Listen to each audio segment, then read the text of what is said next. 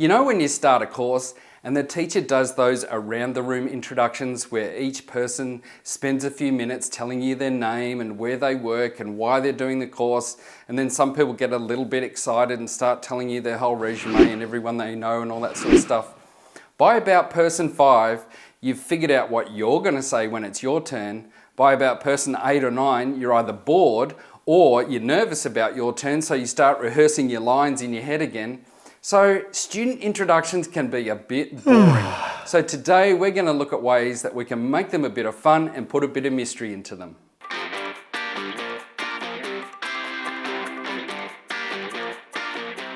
This idea came because a couple of colleagues and I were running a program for 20 teachers, and we had really tight time frames per session. Put simply, we didn't have the time for each person to spend 2 to 3 minutes introducing themselves to the group. So we came up with the activity called 45 Seconds With.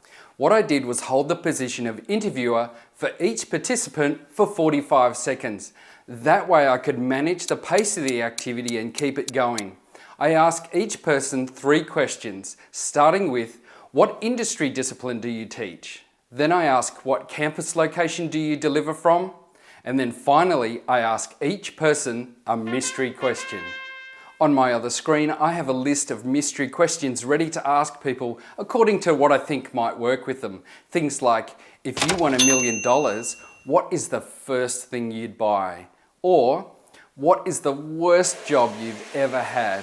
Or, what superhero do you secretly wish you were?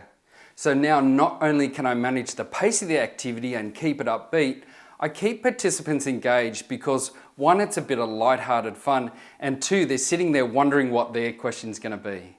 When I run an introduction activity like this, I always make sure that I write notes of what the participants answered to their 3 questions, and I bring that information to subsequent sessions because those little bits of info are going to help me form connections and bonds with participants. My last tip is that when I've finished doing a 45-second interview with a person, I get them to nominate the next person to be interviewed. That way the participants are starting to use each other's names, and that's a great way to form connection and community. Right, that's it from me. I'll catch you next time on Virtually the Teacher.